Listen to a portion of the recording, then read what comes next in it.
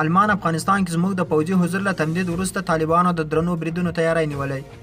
وروسته تر هغه چې د المان کابینې په افغانستان کې د می میاشتې وروسته د خپل پوځي ماموریت د غځونو پریکړه وکړه او په تعقیب یې د پارلمان یاده پریکړه تایید کړه. تازه د یاد هیواد دفاع وزیر په دې تړاو له راتلونکي سخت عواقبو څخه اندېښنه ښودلې ده.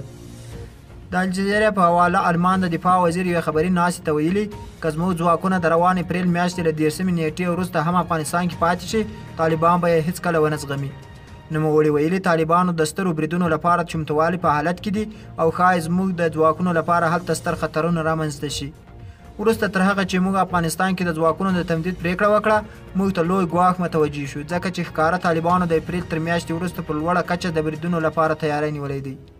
المان داسې مهال دا اندېښنه څرګندوي چې تېره ورځ د روسیې هم په ورته توګه وویل که بهرني ځواکونه په ټاکلې نیټه له افغانستانه ونوځي ښایي وضعیت لا کړکېچن شي او طالبان جدي غبرګون ته اړ ایستل شي. که څه هم امریکا تر دې مهاله په غوڅه توګه د وتلو یا پاتې کېدو پریکړه نه ده کړې خو طالبانو خبرداری ورکړی چې کله تړون سره سم د مۍ تر میاشتې خپل ځواکونه ونه ایستل پر ضد به یې پراخه مبارزه پیل کړي.